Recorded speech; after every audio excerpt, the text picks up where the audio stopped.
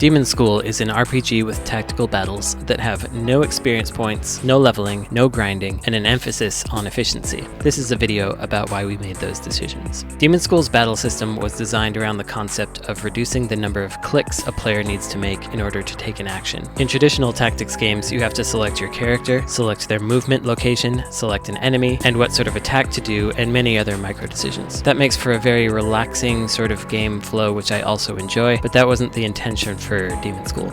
Essentially, we wanted to make it faster, with less work getting in between the player and the action. So in Demonschool, characters simply move in a direction and interact with whatever is at the end of their path. Rather than traditional 30-minute tactical battles, ours take around 2 to 3 minutes once you know how to play. But we also don't want to put undue pressure on the player to be fast. To achieve a balance between efficient action and low-pressure tactical decisions, we split battles into action and planning phases. In the planning phase, you can try out any sort of combination of moves you like, optimizing your strategy without time constraints. The action phase is meant to feel frenetic and fast, with characters overlapping their moves like in Suikoden, and not even necessarily in the order you planned them. So while you can be very fast with your battles, you have the freedom to take your time and experiment as well. In Demonschool, every movement costs action points, which are drawn from a communal pool. Each character's first move costs 1 action point, their second costs 2, and so on. This subtly encourages players to use every character on their team, because just using one character to do everything is pricey. This was important to us because while the game does have a clear protagonist in Faye, we want every character to feel like an important part of the narrative.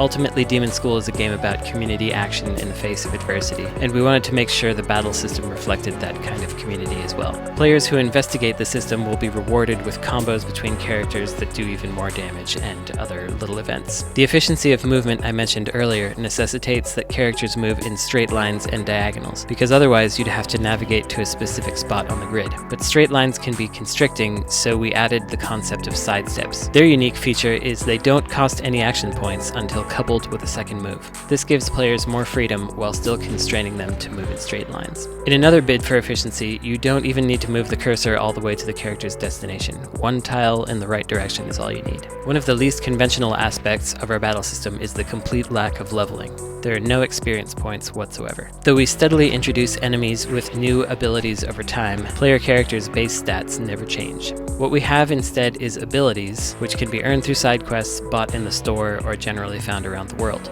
These abilities change how each character plays, allowing them to pass through more enemies, giving them resistance against certain elements, or weirder things like healing while standing in poison. You use currency and class credits earned from battles to unlock and study these abilities. We also introduce new characters steadily over time, giving the player a sense of progression without needing to level up. We made a conscious choice to avoid leveling and remove the need for grinding, and we're curious to see how people will react to it. Technically, though it may be difficult, you can actually play all the way through to the end of the game with only the initial crew of characters, equipping no abilities, but we still hope the player will feel they've progressed even if they do that. Thanks for watching. I've been Necrosoft Games Creative Director Brandon Sheffield.